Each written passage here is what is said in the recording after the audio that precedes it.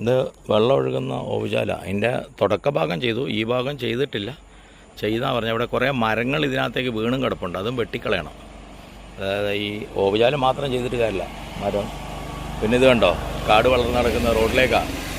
ഇത് ഷിഹാബ് സാർ ഇത് വേറെ ആരെങ്കിലും വെച്ചിട്ടൊന്നും ചെയ്യണം. അത് കണ്ടോ, ഇതാ ഇത് ഫുള്ള് വെള്ളം ഒഴുകുന്ന ഇതാ. ഞാൻ ബാക്കിയുടെ ഭാഗം കാണിച്ചു തരാം. എന്തായാലും ഇതെടുത്ത് നിങ്ങൾക്ക് കാണിച്ചു തരാൻ വേണ്ടിയിട്ട് എളുപ്പത്തിന് വേണ്ടിയിട്ട് എടുത്തതാണേ.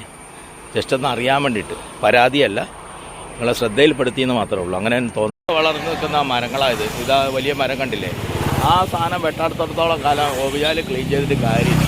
മരം വെട്ടിയിട്ട്, മരം എന്ന് പറഞ്ഞാൽ ചെറിയ ചെറിയ കണ്ടൽക്കാട് പോലത്തെ ഒരു ചെടികളാണ്.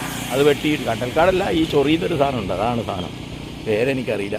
അത് വെട്ടിക്കഴിഞ്ഞാൽ മാത്രമേ ശാശ്വത പരിഹാരമാവുള്ളൂ. ഈ ഇതൊക്കെ ഉടമസ്ഥരൊക്കെ ആരാന്നുള്ളത് ആർക്കും അറിയില്ല, ചോദിച്ചു കഴിയുമ്പോൾ. അതാ പ്രശ്നം. ഗാന്ധിൻ്റെ വീടിൻ്റെ തറവാട് വീടിൻ്റെ സൈഡിലുള്ള ഭാഗം അത് കണ്ടില്ലേ, ചണ്ടി നിറഞ്ഞ് കിടക്കുന്ന, വെള്ളം ഒഴുകില്ല. അതിൻ്റെ ഈ സൈഡും ഉണ്ട് അതുപോലെ, ശശീൻ്റെ വീടിൻ്റെ ബാക്ക് സൈഡ്.